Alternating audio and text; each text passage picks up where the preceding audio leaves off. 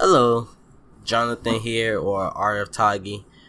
Um, just dropping a quick video on making brushes. Thinking about making a series where I make different type of brushes, talk about what I was thinking while I was making them, and what I plan on using them for. So this brush is more of a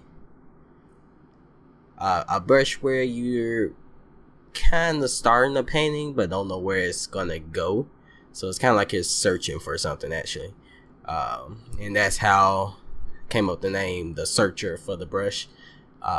It's gonna be I really wanted it to be nice to put down random nonsense that would help me find color harmony and just get something started for a piece. So I just start off by making the shape of the brush, and I was looking for something that's kind of square, a nice little shape to it, but also got some a bunch of different transparencies inside of it. Let the color blend in a very unique way. So what I'm doing is I'm basically just taking a bunch of different brushes and smashing their effects down, kind of trying to mix it up and make it into my own thing.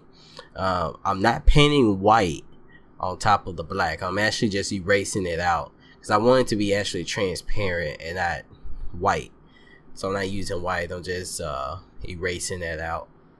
And I didn't want to have a hard edge on the right, so I did is I shrunk it down and started to work it in, try to make it feel more organic.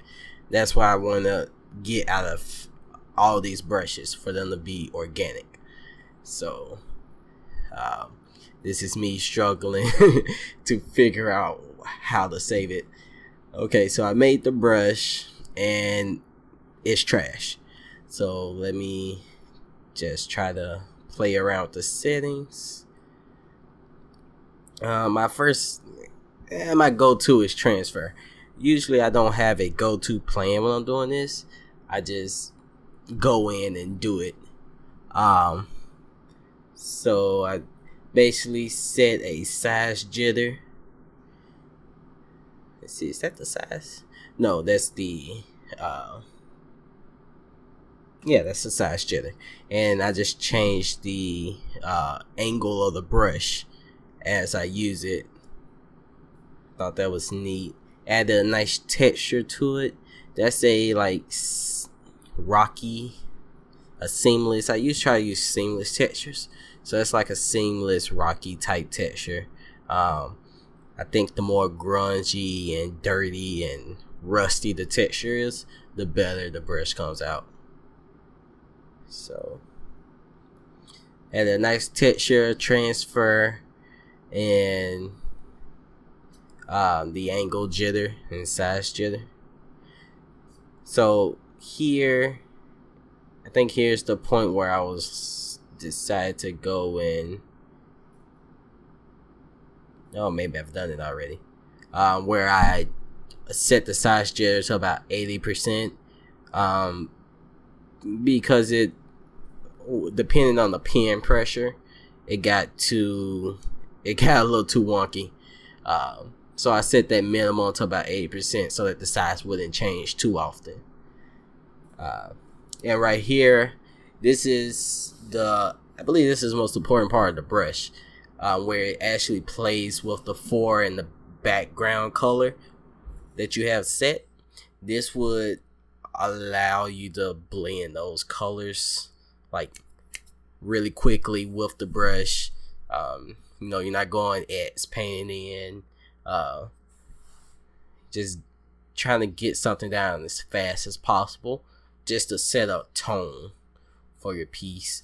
And I think that's the most important part of the brush. So just finish that out. Now it's just time to name it.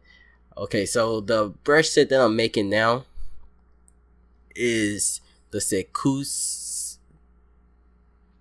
Freak. What did I call it? Sekushi. Yeah, the Sekushi brushes. So it's basically like the sexy brushes. Please don't judge. But that's all I have for you today. So let me know your thoughts and opinions on what would you like to see next, tutorials, more of this series.